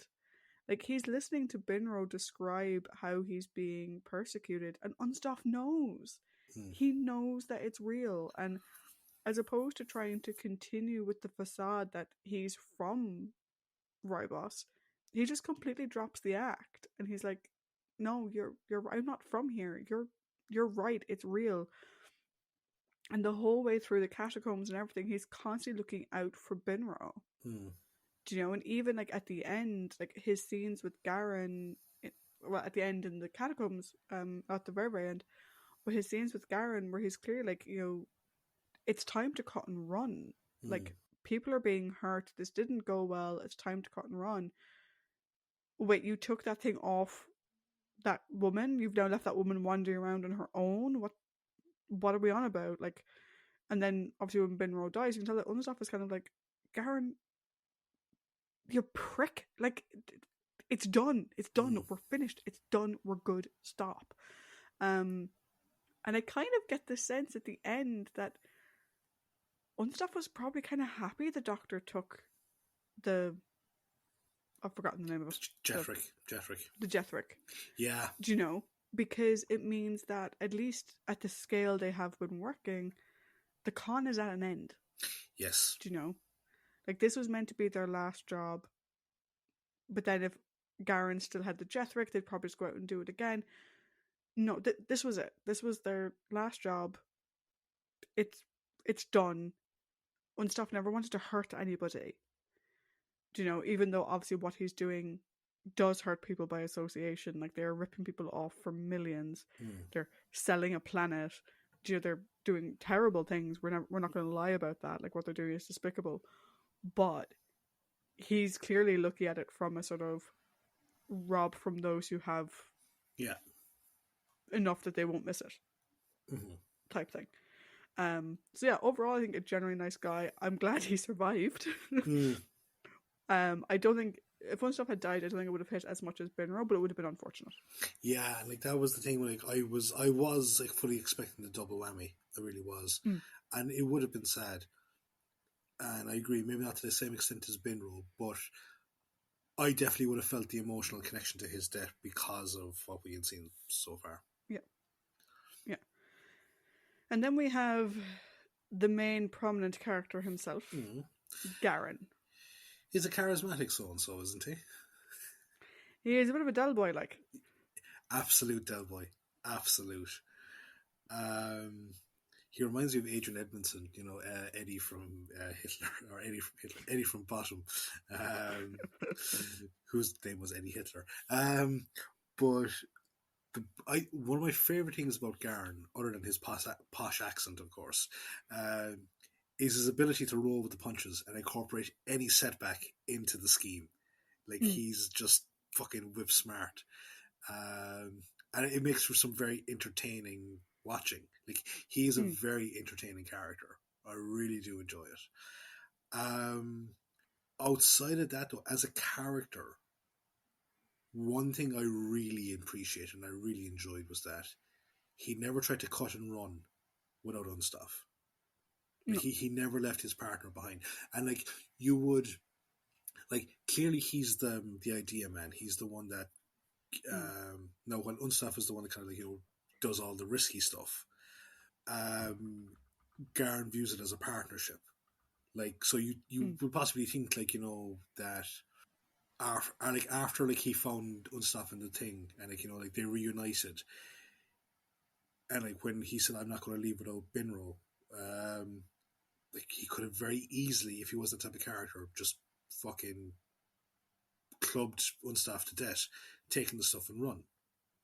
But he didn't. No, he basically they're like, I think, what was it? Was it kind of reminded me of the Curse of Peladon with Sorg, not the Ice Lord but the Ice Warrior. You kind of kept waiting for that fucking other shoe to drop, and then it would be like a double bluff or a double betrayal. No, and like, writing kept me on the fucking. That kind of kept me engaged and interested, and I love that even at the very end he's fucking defiant against the Graf, like, still trying to get under his skin, still trying to work an angle with him. No, those people, they weren't with me at all. Like, I was caught. Like, it was security, and you fucked up. Fucked up. So like, I love that. Like, just one last scare to fucking get rid of him. No, just really good performance for a really good character, I thought. Yeah, I'd agree. I think, like I said, the performances in this one really stand out. I think particularly Garen, because like you said, he jumps so quickly between each persona, I suppose, Yeah. depending on who he's talking to. Do you know? What actually came to mind when you were talking was over Christmas, I started watching a movie with my dad. I say started watching a movie with my dad. I never get to the end of a film with my dad. Because he gets about 10 minutes in, he's like, oh, actually, I changed my mind. I don't like this film. He didn't even get through the opening scene of The King's Man. Didn't even get through the opening scene. Like, actually, I don't like this. But we were watching The Sting, right? Because Dad really wanted to watch it. I was like, fine. I'd seen bits of it before, whatever. Yeah. But obviously, The Sting, for those of you who aren't familiar, it's a sort of it's a film about con men. Yeah. And, needing to pull off a big con to correct yourself from a previously gone wrong big con type thing. But like I said, it's this idea of any little change, you change with it. Do you know? Like I kind of call him a bit of like a Del Boy. He's a bit of a space Del Boy. Because a Del Boy is not that he constantly has a job on the go, but he's more competent than Del Boy. Like he moved, like he adjusts better with it. So it kind of reminded me a little bit of The Sting in that sense, just because I've watched it recently.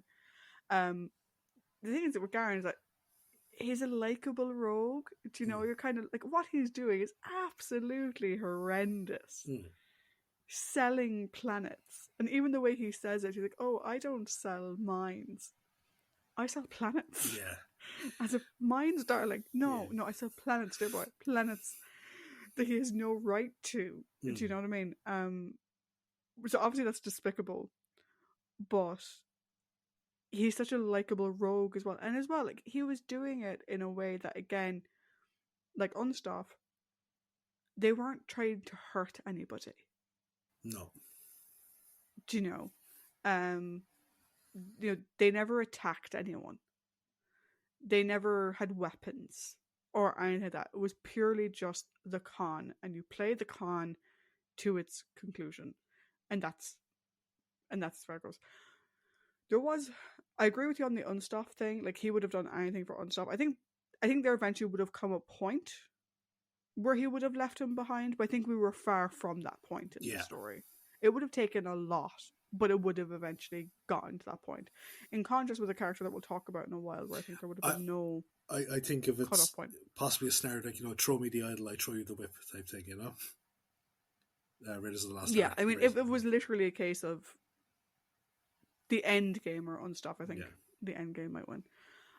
The only thing that made me a little uncomfortable with his character, and this probably isn't a character thing, it's probably just an actor thing and a setting thing, was when they're in the catacombs and they all have to dive into the recesses. Whatever. You have the Doctor dives into one on his own with a skeleton. And you have Garen and Romana jump into one together, which automatically just runs weird because usually you'd have the Doctor and the companion together. But he lies her on top of him as opposed to them kind of going side by side. He's lying flat and he's lying her on top of him. And he keeps trying to hold her still. And like, I'm sure it's just the way that it was filmed, but I'm like, where are your hands going, Garen? Do you know? But obviously it's played for fun then later on, because then the Doctor gets in with them as well. So I think it was just the way that they did it. I think it was just meant to be jokey fun or whatever. But given the fact that Garen's a bit of a chancer, I'm kind of like, not really comfortable with that. Do you know? But again, that may have just been a set limitation thing, and your man who played, like Ian, who played Garen, not really knowing what to do or how best to hold her in place or whatever. But if there was one thing I had to pick on with Garen in terms of like feeling a little bit uncomfortable, like, could you not have gone side by side? Did you have to lie her flat on top of you? Like, I should caveat this, right? Because people are probably getting it in their head. Back to chest. Yeah. So she's lying facing the ceiling, and he's also facing the ceiling. so it's not boob to chest. In case people are wondering what I meant. But again, it just kind of raises, like, you can mention the conversation afterwards. Why didn't you dive into another recess? There was no time. We can't have this conversation now. Yeah, no, I just, the woman was in distress. I had to get her out of the way. Yeah. But yeah, no. Overall, though, likable rogue with a spaced boy, and totally, like, the minute the doctor left, he's just like, okay, what's the next one? You've unstopped being like, oh, can we just fucking stop? But then we're on to our villains of the piece. Which, okay, I'm gonna ask you a question. For me, they only became villains in, like, the last episode and a half. Because they were just the other prominent characters up until that point. Yeah.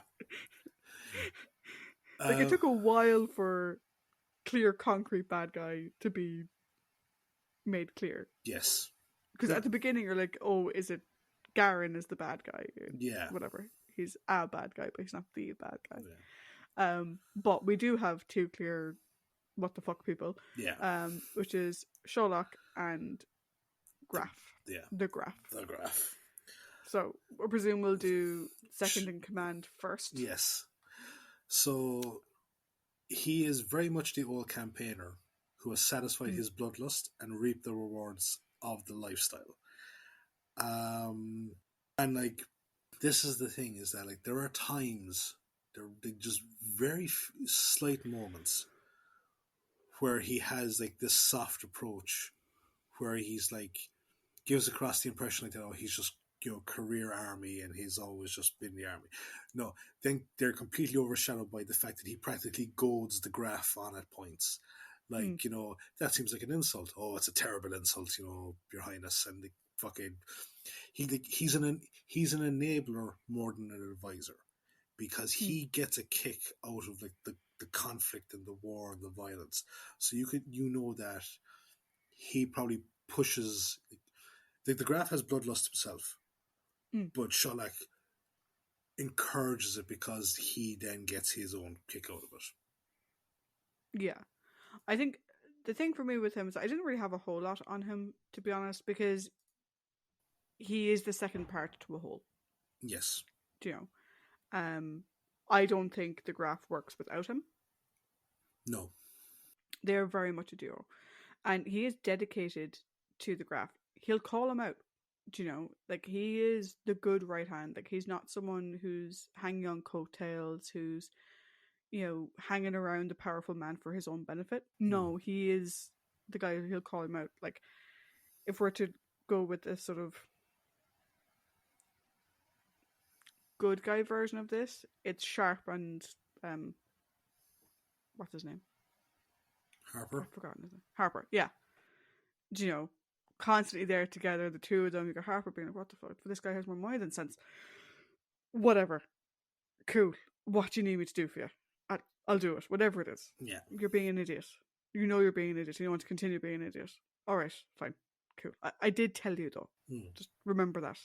When this goes tits up, I told you you're being an idiot. So, yeah, I think he's fully dedicated to Graf. I think he's someone who has stated his bloodlust in battle. It doesn't mean he's not up for a bit more, though, when the opportunity arises. Oh, yeah. He maybe doesn't go seeking it out, But if there's an opportunity, well, he's not going to say no. No, absolutely not. And when Graf starts down that path, he's not exactly holding him back. No, he's not. As I said, he's goading him, like. He's goading him on, being like, oh, this will be fun. Yeah. There's a very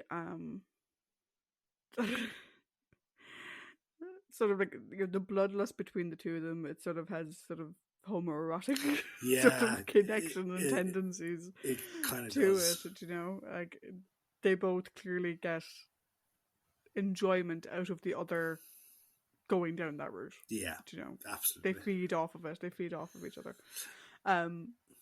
But the man himself, though. Actually, just before you go on, I got the new Sharp novels for Christmas, so I'm looking forward to reading it. But yes, to the Graf. So, apart from looking like he's about to belt out the Ultravox classic Vienna, because he does look like fucking Midjour, the lead singer of Ultravox. He is a perfect example of someone being the hero of their own story.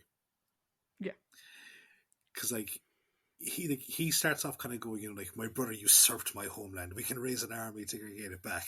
At which point, and then we get Garen. Oh no, he's fucking insane. He's like, his people hated him. They didn't want him back. So you get the kind of like impression, like, and again, I think it's just because I've been reading a book about it. He's like one of the old Roman emperors in the sense of no, this guy is fucking tapped. Can we please have someone else ruling us instead? Yeah. Because like, he is tyrannical, and as well, he thinks everyone is ungrateful for everything that he does. Like, he views, like, I fought and I bled and I like won all these amazing battles, and in the end they just fucking abandoned me. They turned their nose up at me and all this type of shit. And it's like so we're told that he is a noble ruling member of this empire. And usually when you hear the word empire, you have like very dark overtones. In this one, it's like, well, they also can't seem to determine whether they want to call it an alliance or an empire. They're two different things. Yeah, but they seem to mean the same, like, interchangeable in relation to this particular fucking grouping. But it's like, it's the case of he's too evil for evil people, or empire in this thing just means, rather than like something conquering, it's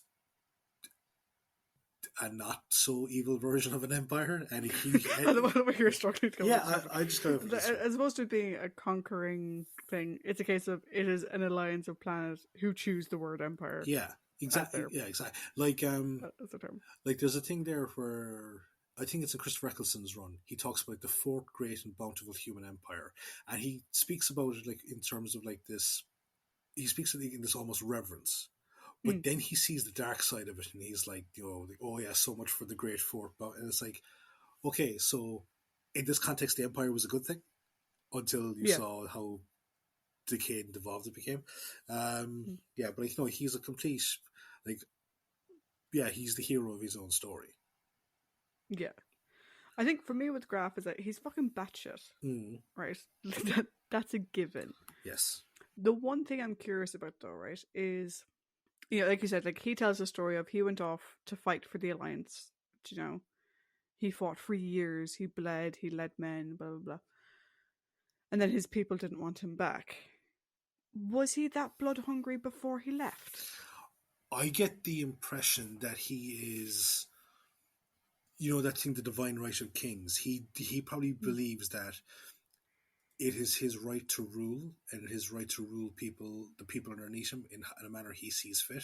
And if they don't acknowledge and revere his divine right, then they are to be punished. So I would say, rather than being war hungry, I would say he's one of those rulers which was peasant, know your place. Yeah, I think he would definitely be that, but I'm curious in terms of the blood hungry part of it, because that's obvious. Like, he clearly like celebrates the battle so much and whatever. I'm curious, is he the type of guy where he was the, I'm better than you, like, higher power made me leader, blah blah blah, thing that you just described, but who has no clue about battle, and it's through the battles he changed and became the blood hungry person? Or was he always blood hungry and the alliances gave him an excuse? I think it might be option B. I get a sense of there's more of a Ramsay Bolton than a Joffrey Baratheon about him. He's more Ramsay than Joffrey. Yeah. But the one thing he does have is a great love for Sherlock. He is devastated when Sherlock dies. And like I said, there's a very sort of... There is a homoerotic nature. Homoerotic component to it. Because it seems to be the only thing he cares about, other than getting his power back, is Sherlock. Like, had Sherlock not died, right in front of him, his ending would have been very different. Like, Sherlock's death literally flips a fucking switch. Your man loses it entirely.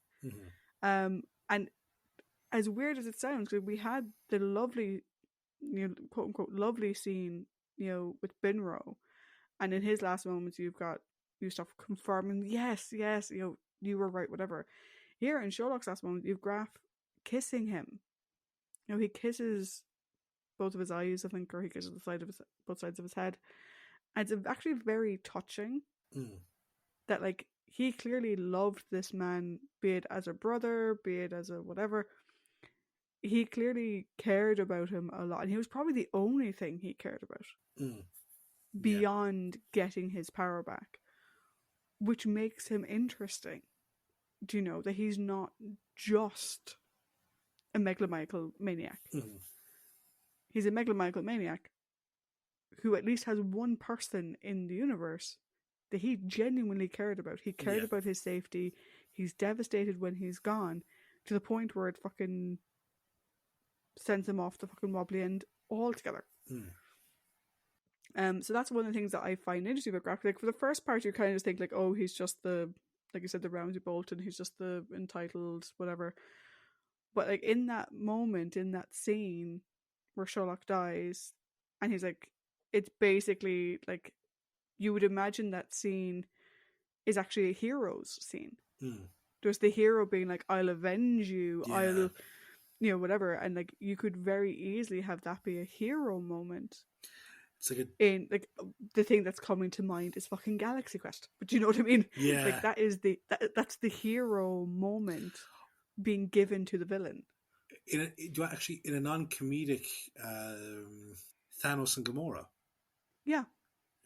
Oh no. Well, no, like that's in Thanos' head. But again, I suppose, like, kind of the whole thing of, like, very much the hero of his own story. And yeah, I suppose the difference being that here Sherlock reciprocated, and also cared about Graf. Yeah, exactly. Yeah, that's true. That's true. Yeah. I was thinking from a bad guy's point of view, because I'm not going to besmirch, like Dr. Lazarus. but that's the whole point. Is that like they gave the villain the hero moment. Yeah. Oh yeah. I see what you mean. Sorry. I need to watch that movie again. It's so good. It's so good. It's so good. Why are they smashing things? This is ridiculous. I'm not doing it. Why are these here? Loved it. So good. Brilliant. I think that's actually one of Sigourney Weaver's best performances ever. Absolutely. And one of Alan Rickman's, actually. Actually, all of them. They're all so good in that. Minors, not minors. That is by far one of the best quotes from that film. Oh, it's so good.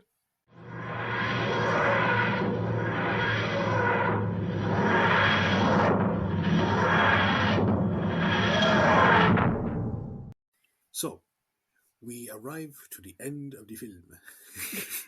Or in this case, the overall, where myself and Trish each gave our score out of 5.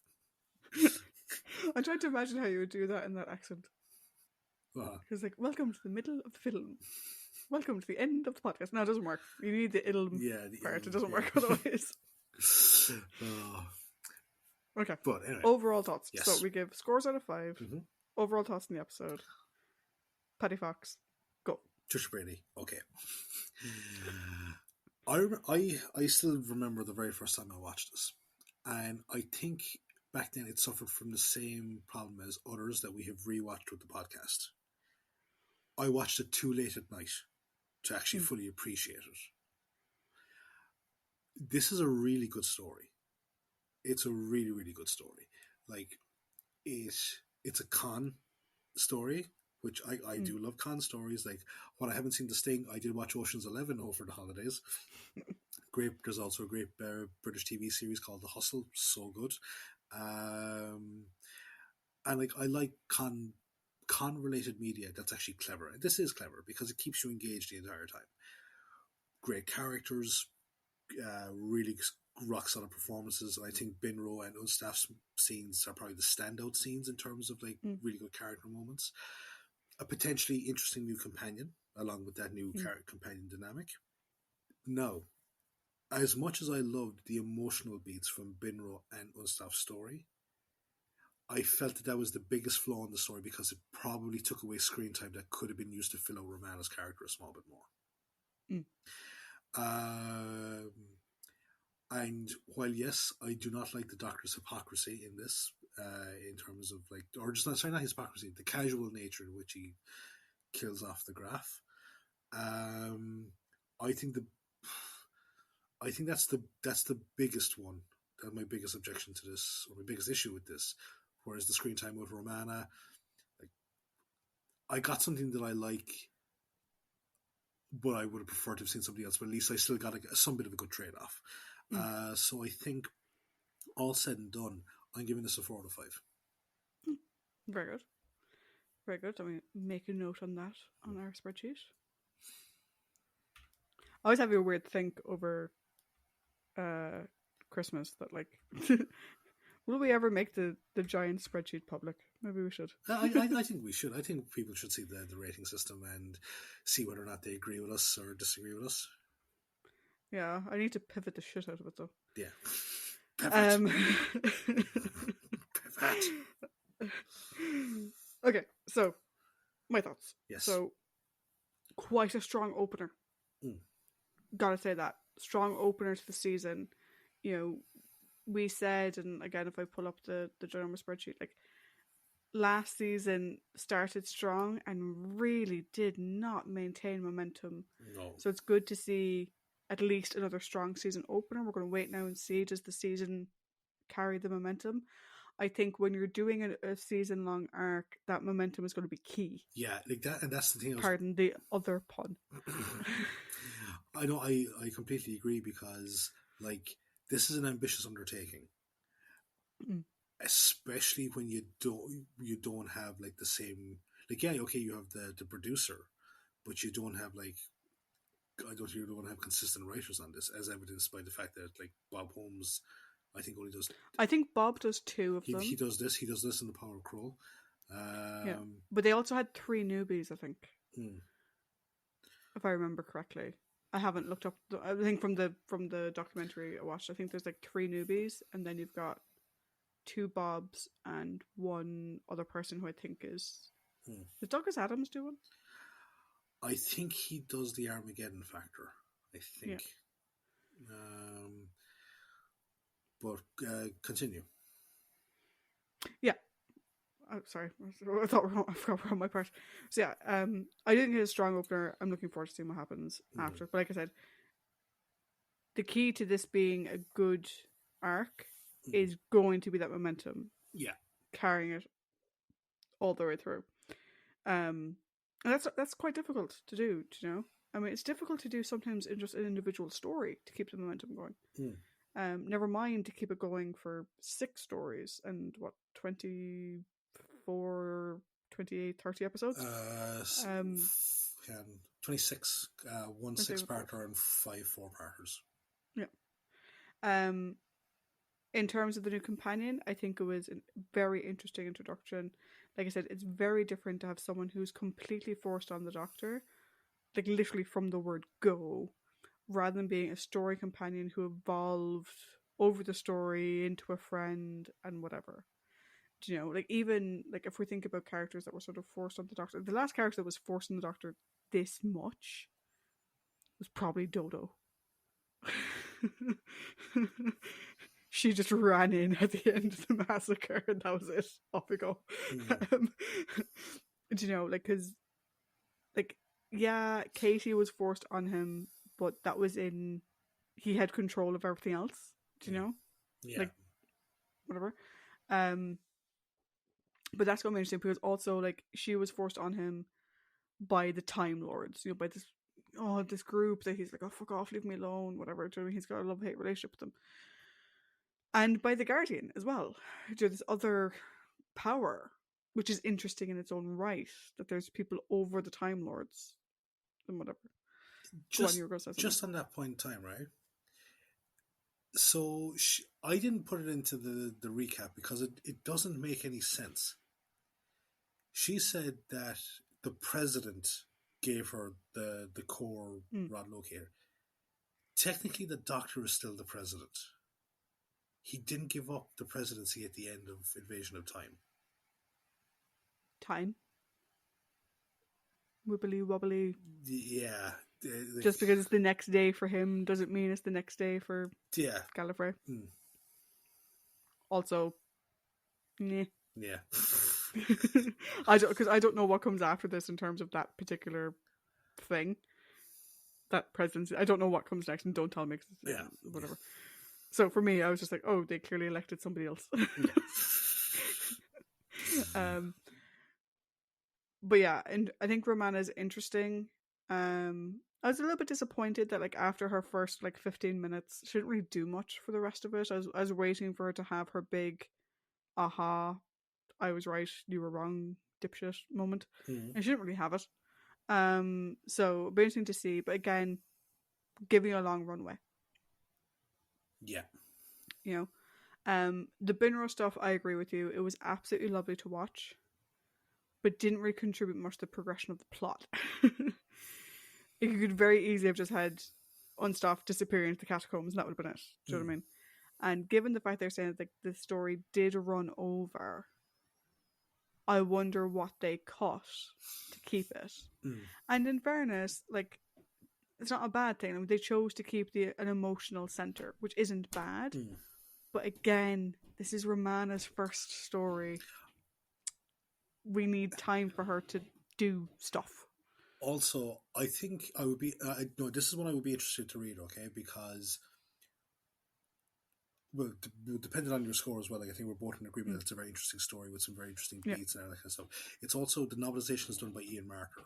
And we know Ian is very good at novelizations. He is indeed. There are a few open questions that I'm curious if the novel would explain.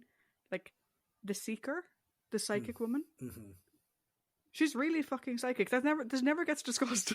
Yeah, and that's like, this woman actually has the ability to predict the future and to track people. Like, they call her the Seeker. That's literally what she does.